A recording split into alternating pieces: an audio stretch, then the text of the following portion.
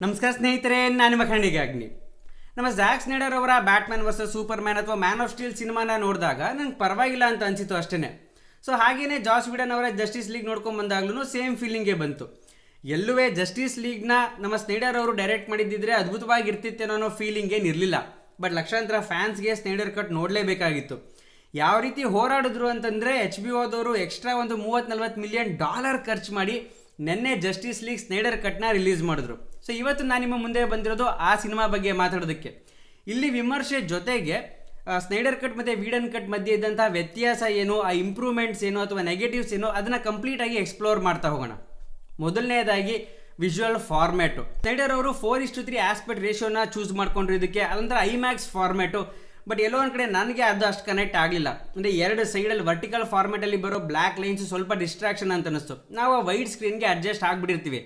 And OTT ಮೊಬೈಲಲ್ಲಿ ಲ್ಯಾಪ್ಟಾಪಲ್ಲಿ ನೋಡೋ ಸಿನಿಮಾಗೆ ಆ ಫಾರ್ಮ್ಯಾಟ್ ನನಗೆಲ್ಲೋ ಒಂದು ಕಡೆ ಸೂಟ್ ಆಗಲಿಲ್ಲ ಅಂತ ಅನ್ನಿಸ್ತು. ಇನ್ನು ಸಿನಿಮಾ ಬಗ್ಗೆ ಹೇಳಬೇಕು ಅಂತಂದರೆ, ಕತೆ ಬಗ್ಗೆ ಹೇಳಬೇಕು ಅಂತಂದರೆ, ವೀಡನ್ ಕಟ್ಟು 2 ಅವರ್ಸ್ ಇದ್ದರೆ ನಮ್ಮ ಸ್ನೈಡರ್ ಕಟ್ಟು 4 ಅವರ್ಸ್ ಇತ್ತು.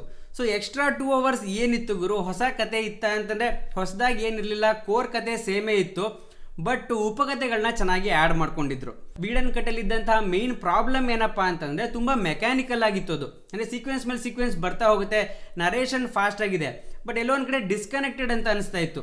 ಅಂದರೆ ಒಂದು ಫಿನಾಲೆ ಸಿನಿಮಾಗೆ ಬೇಕಾದಂಥ ಒಂದು ಕನೆಕ್ಷನ್ ಏನಿದೆ ಅದನ್ನು ಕ್ರಿಯೇಟ್ ಮಾಡಲ್ಲ, ಎಮೋಷ್ನಲ್ ಡೆಪ್ತ್ ಇರಲಿಲ್ಲ, ಕ್ಯಾರೆಕ್ಟರ್ಸ್ ತುಂಬ ಹಾಲೋ ಆಗಿತ್ತು ಅಂತ ಅನ್ನಿಸ್ತು. ಇಲ್ಲಿ ಅದನ್ನೆಲ್ಲ ತುಂಬಾ ಚೆನ್ನಾಗಿ ಸೆಟಪ್ ಮಾಡ್ತಾ ಹೋಗ್ತಾರೆ. ಅಂದರೆ ಆ ಕ್ಯಾರೆಕ್ಟರ್ ಡೆಪ್ತು, ಕ್ಯಾರೆಕ್ಟರ್ ಆರ್ಕು, ಆ ಎಮೋಷ್ನಲ್ ಡೆಪ್ತ್ ಏನಿದೆ ತುಂಬಾ ಚೆನ್ನಾಗಿತ್ತು. ಸ್ಟೋರಿ ಟೆಲ್ಲಿಂಗ್ ಚೆನ್ನಾಗಿತ್ತು. ನರೇಷನ್ ಸ್ವಲ್ಪ ಸ್ಲೋ ಅನ್ಸಿದ್ರು ಕೂಡ ಮೊದಲಿಂದ ಕೊನೆ ತನಕ ಒಂದು ಫಾರ್ವರ್ಡ್ ಮೊಮೆಂಟಮ್ ಅಂತ ಇದೆ. ಕಥೆನ ಕಂಟಿನ್ಯೂಸ್ ಆಗಿ ಹೇಳ್ತಾ ಹೋಗ್ತಾರೆ. ಅದರ ಜೊತೆಗೆ ಕ್ಯಾರೆಕ್ಟರ್ ಟ್ರೀಟ್ಮೆಂಟ್ ಏನಿದೆ ಅದೇ ಕಂಪ್ಲೀಟ್ಲಿ ಡಿಫ್ರೆಂಟ್ ಆಗಿತ್ತು. ಅಲ್ಲಿ ನಿಜವಾಗ್ಲೂ ಕ್ಯಾರೆಕ್ಟರ್ಗಳು ಸ್ಕ್ರೀನ್ ಸ್ಪೇಸ್ಗೆ ಹೊಡೆದಾಡ್ತಾ ಇದ್ರು. ಅವ್ರದ್ದೇ ಅಂತ ಸಪ್ರೇಟ್ ಸ್ಟೋರಿ ಲೈನ್ ಇರಲಿಲ್ಲ. ಬಟ್ ಇಲ್ಲಿ ನಿಧಾನಕ್ಕೆ ಟೈಮ್ ತೊಗೊಂಡು ಪ್ರತಿಯೊಬ್ಬರನ್ನು ತುಂಬ ಚೆನ್ನಾಗಿ ಸೆಟಪ್ ಮಾಡ್ತಾ ಹೋಗ್ತಾರೆ. ಈಗ ಫಾರ್ ಎಕ್ಸಾಂಪಲ್ ಫ್ಲ್ಯಾಶ್ ಕ್ಯಾರೆಕ್ಟರ್ನ ತೊಗೊಂಡ್ರೆ ಅಲ್ಲಿ ಕಾಮಿಡಿ ಸೈಡ್ ಪೀಸ್ ಥರ ಇಟ್ಟಿದ್ರು ಅಷ್ಟೇ. ಬಟ್ ಇಲ್ಲಿ ತುಂಬ ರೆಸ್ಪೆಕ್ಟಿಂದ ಟ್ರೀಟ್ ಮಾಡ್ತಾರೆ. ಅವ್ರಿಗೆ ಒಂದು ಸ್ಟೋರಿ ಲೈನ್ ಕೊಟ್ಟಿದ್ದಾರೆ. ಪ್ಲಸ್ ಆ ಒಂದು ಕ್ಲೈಮ್ಯಾಕ್ಸಲ್ಲಿ ಅವರ ಪವರ್, ಅವರ ಪೊಟೆನ್ಷಿಯಲ್ನ ಯಾವ ರೀತಿ ಟ್ಯಾಪ್ ಮಾಡಿದ್ದಾರೆ ಅಂತಂದರೆ, ನೆಕ್ಸ್ಟ್ ಬರ್ತಿರೋ ಫ್ಲ್ಯಾಶ್ ಮೂವಿ ಮೇಲೆ ತುಂಬಾ ಎಕ್ಸ್ಪೆಕ್ಟೇಷನ್ಸ್ ಹುಟ್ಟಾಗುತ್ತೆ. ಆ್ಯಂಡ್ ಸಖತ್ ಇಂಪಾರ್ಟೆಂಟ್ ರೋಲ್ನ ಪ್ಲೇ ಮಾಡಿದ್ದಾರೆ. ಇದರಲ್ಲಿ ಅದ್ದೂರಿಯಾಗಿತ್ತು ಅಂತ ಅನಿಸ್ತು, ಎಸ್ಪೆಷಲಿ ಕ್ಲೈಮ್ಯಾಕ್ಸಲ್ಲಿ ಅವರ ಕಾಂಟ್ರಿಬ್ಯೂಷನ್ನು. ಹಾಗೆ ಸೈಬೋರ್ಗ್ ಅವರ ಕ್ಯಾರೆಕ್ಟರ್ ತೊಗೊಂಡ್ರೆ ಅದು ತುಂಬಾ ಚೆನ್ನಾಗಿ ಟ್ರೀಟ್ ಮಾಡಿದ್ರು. ಒನ್ಸ್ ಅಗೇನ್ ಅವ್ರಿಗೆ ಎಮೋಷ್ನಲ್ ಡೆಪ್ತ್ ಕೊಡ್ತಾರೆ. ಹೋದ್ಸಲಿ ಏನಾಗಿತ್ತು ಅಂತಂದರೆ ಅವ್ರು ಹೇಗೆ ಆ ರೀತಿ ಆದರು ಅನ್ನೋದ್ರ ಬಗ್ಗೆ ಜಾಸ್ತಿ ತೋರಿಸೇ ಇರಲಿಲ್ಲ. ಬಟ್ ಇಲ್ಲಿ ಆ ಫ್ಲ್ಯಾಶ್ ಬ್ಯಾಕ್ಗೆ ಹೋಗಿ ಅವರ ಕತೆ ಹೇಳ್ತಾರೆ, ಅವರ ತಾಯಿ ಕತೆ ಹೇಳ್ತಾರೆ, ಅವರ ಮತ್ತು ಅವರ ತಂದೆ ಮಧ್ಯೆ ಇರೋ ಒಂದು ರಿಲೇಷನ್ಶಿಪ್ ಏನಿದೆ ಅದನ್ನು ತುಂಬ ಚೆನ್ನಾಗಿ ತರ್ತಾ ಹೋಗ್ತಾರೆ. ಸೊ ಅಲ್ಲಿ ಚೆನ್ನಾಗಿ ಆ story arc and character arc ಏನಿದೆ ಭಾಳನೇ ಬ್ಯೂಟಿಫುಲ್ಲಾಗಿ ಕ್ರಿಯೇಟ್ ಆಯಿತು. ಆ್ಯಂಡ್ ಅವರ ಪವರ್ನು ಕೂಡ ತುಂಬಾ ಚೆನ್ನಾಗಿ ತೋರಿಸಿದ್ದಾರೆ. ಒಂದು ಆ ಐರನ್ ಮ್ಯಾನ್ ಎಲಿಮೆಂಟ್ನ ತೊಗೊಂಬರ್ತಾರೆ ಆ್ಯಕ್ಷನ್ ಸೀಕ್ವೆನ್ಸಸ್ಗೆ. ಸೊ ಅದ್ದೂರಿಯಾಗಿತ್ತು. ಫ್ಲ್ಯಾಶ್ ಆ್ಯಂಡ್ ಸೈಬಾರ್ಗೆ ಸುಮ್ಮನೆ ಬಂದಿದ್ರು ಹೋದ ಸಿನಿಮಾದಲ್ಲಿ, ಸ್ನೈಡರ್ ಕಟ್ಟಲ್ಲಿ ತುಂಬಾ ಇಂಪಾರ್ಟೆಂಟ್ ರೋಲ್ನ ಪ್ಲೇ ಮಾಡ್ತಾರೆ. ಇನ್ನು ವಂಡರ್ ವುಮೆನ್ ಅವರ ಕ್ಯಾರೆಕ್ಟರ್ ಅಷ್ಟೊಂದು ಡಿಫ್ರೆಂಟಾಗಿ ಇಲ್ಲದೆ ಹೋದರೂ ಕೂಡ ಸಟಲ್ಲಾಗಿ ತುಂಬಾ ಚೆನ್ನಾಗಿ ಹೇಗೆ ಲೀಡ್ ಮಾಡ್ತಾರೆ ಜಸ್ಟಿಸ್ ಲೀಗ್ನ ಅನ್ನೋದನ್ನ ತೋರಿಸಿದ್ರು. ಸೊ ಆ ಟ್ರೀಟ್ಮೆಂಟ್ ಚೆನ್ನಾಗಿತ್ತು. ಒನ್ಸ್ ಅಗೇನ್ ಅವರ ಆ್ಯಕ್ಷನ್ ಸೀಕ್ವೆನ್ಸಸ್ ಕೂಡ ತುಂಬ ಚೆನ್ನಾಗಿ ಬಿಡಿಸಿ ತೋರಿಸಿದ್ರು. ಆ ಪವರ್ನ ತುಂಬಾ ಚೆನ್ನಾಗಿ ತೋರಿಸಿದ್ರು ಅಂತ ಅನ್ನಿಸ್ತು. ಆಕ್ವಾಮ್ಯಾನ್ ಅವ್ರದ್ದು ಅಷ್ಟೊಂದು ವ್ಯತ್ಯಾಸ ಇರಲಿಲ್ಲ. ಬಟ್ ನಮ್ಮ ಬ್ಯಾಟ್ಮ್ಯಾನ್ ಅವರ ಕ್ಯಾರೆಕ್ಟರ್ ಏನಿದೆ ಅವರು ಇಲ್ಲಿ ಒಂದು ಸ್ವಲ್ಪ ಎಫರ್ಟ್ ಹಾಕ್ತಾ ಇದ್ದಾರೆ ಅಂತ ಅನಿಸುತ್ತೆ. ಟೀಮ್ ಬಿಲ್ಡ್ ಮಾಡೋದಕ್ಕೆ ಆ್ಯಂಡ್ ಇಡೀ ಒಂದು ವರ್ಲ್ಡ್ನ ಸೇವ್ ಮಾಡೋದಕ್ಕೆ ಕನ್ಸರ್ನ್ ಏನಿದೆ ಆ ಎಲಿಮೆಂಟ್ನ ಚೆನ್ನಾಗಿ ತೊಗೊಂಬಂದರು. ಸೂಪರ್ ಮ್ಯಾನ್ ಅಷ್ಟೊಂದು ವ್ಯತ್ಯಾಸ ಇರಲಿಲ್ಲ ಅಂತ ನನಗನ್ನಿಸ್ತು. ಇದರ ಜೊತೆಗೆ ಅದ್ದೂರಿಯಾಗಿ ವರ್ಕೌಟ್ ಆಗೋದು ಇದೆ 2 ಅವರ್ಸಲ್ಲಿ ಅಂತಂದರೆ ಆ್ಯಕ್ಷನ್ ಎಲಿಮೆಂಟು. ಆ ಸೆಟ್ ಪೀಸ್ ಆ್ಯಕ್ಷನ್ ಏನಿದೆ ಸಖತ್ತಾಗಿ ತೊಗೊಂಬರ್ತಾರೆ. ಅಂದರೆ ಹೋದ್ಸಲ ಫಾರ್ ಎಕ್ಸಾಂಪಲು ಇನಿಷಿಯಲ್ ಇನ್ವೇಷನ್ ಏನಿದೆ, ಸ್ಟೆಫನ್ ವುಲ್ಫ್ ಅವರು ಅರ್ಥನ ಇನ್ವೇಡ್ ಮಾಡ್ತಾರೆ ಅಂತ, ಅದು ಒಂದು 2-3 ನಿಮಿಷ ಕಟ್ ಸೀಕ್ವೆನ್ಸಲ್ಲಿ ಬಂದು ಹೋಗ್ಬಿಡುತ್ತೆ ಆ್ಯಕ್ಷನು. ಬಟ್ ಇಲ್ಲಿ ಆ ಸ್ಕೇಲೇ ಡಿಫ್ರೆಂಟ್ ಆಗಿದೆ. ಆ ಕ್ಯಾನ್ವಸ್ಸೇ ಹ್ಯೂಜ್ ಆಗಿದೆ. ಸೊ ಆ ಆ್ಯಕ್ಷನ್ ಸೀಕ್ವೆನ್ಸ್ ಒಂದು 10-15 ನಿಮಿಷದ ಮೇಲೆ ಬರುತ್ತೆ, ಅದ್ದೂರಿಯಾಗಿದೆ. And even climax action sequence ಏನಿದೆ ಅದನ್ನು ಕೂಡ ಸ್ಟ್ರೆಚ್ ಮಾಡಿದರೆ ಅದು ಸಗದಾಗಿದೆ. ನಾನು ಈಗಾಗಲೇ ಹೇಳ್ದಂಗೆ ಪ್ರತಿಯೊಂದು ಕ್ಯಾರೆಕ್ಟರ್ಗೂ ತನ್ನ ಪೊಟೆನ್ಷಿಯಲ್ನ ತೋರಿಸೋದಕ್ಕೆ ಟೈಮ್ ಕೊಡ್ತಾರೆ. ಸೊ ಆ ಬಿಲ್ಡಪ್ ಆ್ಯಂಡ್ ಆ ಫಿನಾಲ್ ಆ್ಯಕ್ಷನ್ ಸೀಕ್ವೆನ್ಸ್ ಚೆನ್ನಾಗಿದೆ. ಎಲ್ಲೋ ಒಂದು ಕಡೆ ನಿಮಗೆ ನಮ್ಮ ಇನ್ಫಿನಿಟಿ ವಾರ್ ಜ್ಞಾಪಕ ಬಂದರೂ ಬರ್ಬೋದು. ಯಾಕಂದರೆ ಅಷ್ಟು ಚೆನ್ನಾಗಿ ಆ್ಯಕ್ಷನ್ ಸೀಕ್ವೆನ್ಸಸ್ನ ಬಿಲ್ಡ್ ಮಾಡ್ತಾ ಹೋಗ್ತಾರೆ. ಹಾಗೆಯೇ ಕಥೆನೂ ಕೂಡ ಚೆನ್ನಾಗಿ ಬಿಲ್ಡ್ ಮಾಡ್ತಾರೆ. ಅಂದರೆ ಈಗ ವಿಲನ್ ವಿಷಯ ಬಂದಾಗ ಹೋದ್ಸಲಿ ಸೀದಾ 3 ಮದರ್ ಬಾಕ್ಸ್ ಈಸಿಯಾಗಿ ಎತ್ಕೊಂಡು ಹೋಗ್ಬಿಡ್ತಾನೆ ಒಂದು 15 ನಿಮಿಷ ಸಿನಿಮಾದಲ್ಲಿ. ಬಟ್ ಇಲ್ಲಿ ಒಂದು 3 ಅವರ್ಸ್ ಮೇಲೆ ತಗೋತಾರೆ ಅವನಿಗೆ ಮದರ್ ಬಾಕ್ಸ್ ಸಿಗೋದಕ್ಕೆ. ಸೊ ಆ ಜರ್ನಿ ಏನಿದೆ ಅದು ಚೆನ್ನಾಗಿತ್ತು. ಆ್ಯಂಡ್ ವಿಲನ್ ತುಂಬಾ ಸ್ಟ್ರಾಂಗ್ ಅನ್ನೋ ಫೀಲ್ ಕೂಡ ಬರುತ್ತೆ. ಎಕ್ಸ್ಟ್ರಾ ವಿಲನ್ನ ಆ್ಯಡ್ ಮಾಡ್ತಾರೆ. ಹೋದ್ಸಲ ಸ್ಟೆಫನ್ ವುಲ್ಫ್ ಹೀಗೆ ಮಾಡೋದಕ್ಕೆ ಕಾರಣ ಏನು, ಯಾಕೆ ಮಾಡ್ತಾಯಿದೆ, ನನ್ನ ಎಕ್ಸ್ಪ್ಲನೇಷನ್ ಇಲ್ಲ, ಸೀದಾ ಕಾನ್ಕರ್ ಮಾಡ್ತಾನೆ ಅಷ್ಟೇ. ಬಟ್ ಇಲ್ಲಿ ಸ್ಟಾರ್ಟಿಂಗಲ್ಲಿ ಇನ್ವೇಟ್ ಮಾಡೋದು ಸ್ಟೆಫನ್ ವುಲ್ಫ್ ಅಲ್ಲ, ಇಲ್ಲಿ ಡಾರ್ಕ್ ಸೈಡು. ಸೊ ಆ ಒಂದು ಎಕ್ಸ್ಟ್ರಾ ಕ್ಯಾರೆಕ್ಟರ್ನ ಆ್ಯಡ್ ಮಾಡೋದ್ರ ಮೂಲಕ ಇನ್ನೊಂದು ಲೆವೆಲ್ ಆಫ್ ವಿಲನ್ನ ಕ್ರಿಯೇಟ್ ಮಾಡ್ತಾರೆ. ಸೊ ಅದು ಚೆನ್ನಾಗಿತ್ತು ಅಂತ ಅನಿಸ್ತು. ಸ್ಟೆಫನ್ ವುಲ್ಫ್ ಯಾಕೆ ಕೆಲಸ ಮಾಡ್ತಾನೆ, what is the driving factor, ಅದು ಚೆನ್ನಾಗಿತ್ತು. ಆ್ಯಂಡ್ ಒಂದು ಫೌಂಡೇಶನ್ ಕೂಡ ಕ್ರಿಯೇಟ್ ಆಗುತ್ತೆ. ಸೊ ನೆಕ್ಸ್ಟ್ ಒಂದು ಜಸ್ಟಿಸ್ ಲೀಗ್ 2ನೋ ಇಲ್ಲ ಅಥವಾ ಇನ್ನೊಂದು ಸಿನಿಮಾ ಬಂದರೆ ಮತ್ತೊಬ್ಬ ವಿಲನ್ನ ತುಂಬ ಚೆನ್ನಾಗಿ ಸೆಟ್ ಮಾಡ್ತಾರೆ. ಸೊ ಆ ಆ್ಯಕ್ಷನ್ ಸೆಟ್ ಪೀಸಸ್ ಏನಿದೆ, ಆ ಕ್ಯಾನ್ವಸ್ಸು ಅದು ಸಗದಾಗಿತ್ತು. ನಿಮಗೆ ಫಿನಾಲೆಗೆ ಒಂದು ಎಪಿಕ್ ಆ್ಯಕ್ಷನ್ ಸೀಕ್ವೆನ್ಸಸ್ ಏನು ಬೇಕೋ ಅದನ್ನು ಸೆಟ್ ಮಾಡ್ತಾರೆ. ಬ್ಯಾಕ್ಗ್ರೌಂಡ್ ಸ್ಕೋರ್ ಬಗ್ಗೆ ಮಾತಾಡಲೇಬೇಕು. ಫಸ್ಟಿಂದ ಕೊನೆ ತನಕ ಬ್ಯಾಕ್ಗ್ರೌಂಡ್ ಸ್ಕೋರ್ ಕೂಡ ಅದ್ದೂರಿಯಾಗಿ ಹೋಗುತ್ತೆ.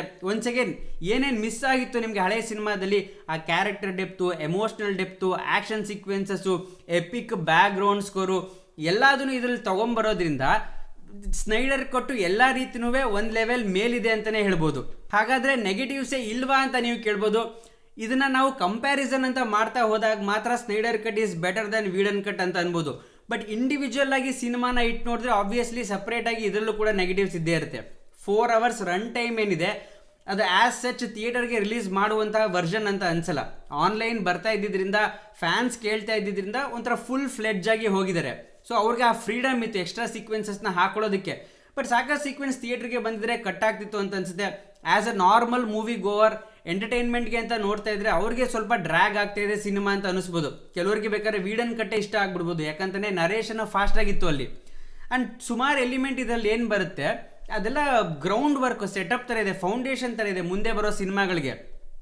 ಎಕ್ಸ್ಟ್ರಾ ಸೀಕ್ವೆನ್ಸಸ್ಸು ಈಗಾಗಲೇ ಹೇಳ್ದಂಗೆ ಬ್ರೀದಿಂಗ್ ಸ್ಪೇಸ್ಗೆ ಅಂತಲೇ ಹಾಕೊಂಡಿದ್ದಾರೆ. ಫಾರ್ ಎಕ್ಸಾಂಪಲ್ ಫ್ಲ್ಯಾಶ್ದು ಒಂದು ಇಂಟ್ರೋ ಸೀಕ್ವೆನ್ಸ್ ಏನಿದೆ ಅಲ್ಲೇನೋ ಲವ್ ಸ್ಟೋರಿ, ಲವ್ ಆ್ಯಂಗಲ್ ಬರುತ್ತೆ, ಮುಂದೆ ಎಲ್ಲೂ ಯುಟಿಲೈಸೇ ಆಗಲ್ಲ. ಸೊ ಈ ರೀತಿ ಕೆಲವು ಎಕ್ಸ್ಟ್ರಾ ಎಲಿಮೆಂಟ್ ಏನಿದೆ ಸಿನಿಮಾಗೆ ಬೇಕಾಗಿರಲಿಲ್ಲ. ಬಟ್ ಒನ್ಸ್ ಅಗೇನ್ ಅದು ವ್ಯಾಲ್ಯೂ ಆ್ಯಡ್ ಮಾಡದೆ ಹೋದರೂ ಕೂಡ ಆ್ಯಸ್ ಎ ಯೂನಿವರ್ಸ್ 6 ಎಪಿಸೋಡ್ ಇರೋದ್ರಿಂದ 6 ಎಪಿಸೋಡಲ್ಲಿ ನಿಮ್ಮನ್ನು ಒಂದು ಇಮ್ಮರ್ಸಿವ್ ಫೀಲಿಂಗ್ ಇದೆ. ಫಿಲಮ್ ಥರ ನೋಡದೆ ಹೋದರೂ ಕೂಡ ಸೀರೀಸ್ ಥರ ಎಪಿಸೋಡ್ ವೈಸ್ ಮಾಡ್ಕೊಂಡು ನೋಡಿ ಅಂತ ನೋಡಿದ್ದಾರೆ. ಬಟ್ ಸ್ಟಿಲ್ ಕೆಲವು ಕಡೆ ಇನ್ನೂ ಸ್ವಲ್ಪ ಕ್ರಿಸ್ಪಾಗಿರ್ಬೋದಾಗಿತ್ತು, ಅನ್ನೋ ಟ್ರಿಮ್ ಮಾಡ್ಬೋದಾಗಿತ್ತು ಅನ್ನೋದು ನನ್ನ ಫೀಲಿಂಗು. ಬಟ್ ಓವರ್ ಆಲ್ ಆಗಿ ಹೇಳಬೇಕು ಅಂತಂದರೆ ಅದ್ದೂರಿಯಾಗಿತ್ತು. ನನಗಂತೂ ಈ ಸಿನಿಮಾ ಭಾಳನೇ ಇಷ್ಟ ಆಯಿತು. ಇನ್ಫ್ಯಾಕ್ಟ್ ಸ್ನೈಡರ್ ಅವರ ಬೆಸ್ಟ್ ವರ್ಕ್ ಅಂತಲೇ ಹೇಳ್ಬೋದು. ಇದಕ್ಕಿಂತ ಮುಂಚೆ ಬಂದಿರೋ ಅವ್ರ ಎಲ್ಲ ಸಿನಿಮಾಗಳಿಗಿಂತ ನನಗಿದು ಇಷ್ಟ ಆಯಿತು.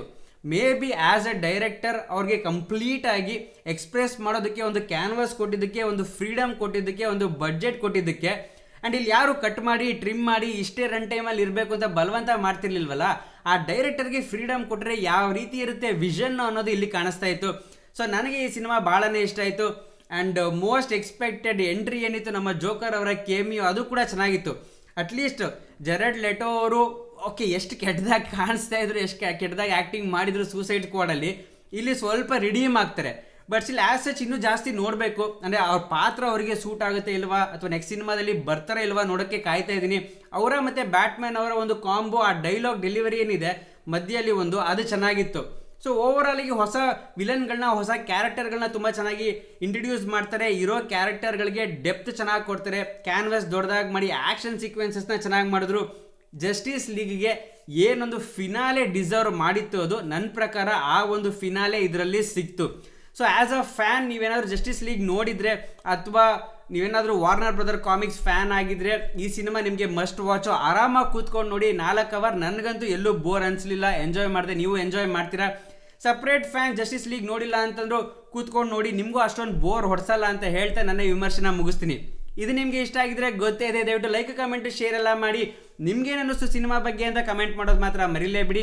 ಹಾಗೆಯೇ ಇದೇ ರೀತಿ ವಿಮರ್ಶೆಗಾಗಿ, ಅನಾಲಿಸಿಸ್ಗಾಗಿ, ಮಾತುಕತೆಗಾಗಿ ನಮ್ಮ ಚಾನಲ್ನ ಸಬ್ಸ್ಕ್ರೈಬ್ ಮಾಡಿ. ನೋಟಿಫಿಕೇಶನ್ ಅಥವಾ ಬೆಲ್ ಐಕಾನ್ ಏನೋ ಇರುತ್ತಲ್ಲ, ದಯವಿಟ್ಟು ಅದನ್ನು ಮಾತ್ರ ಠಣ ಠಣ ಠಣ ಅಂತ ಬಾರಿಸ್ಬಿಡಿ. ಧನ್ಯವಾದಗಳು ನೋಡಿದ್ದಕ್ಕೆ.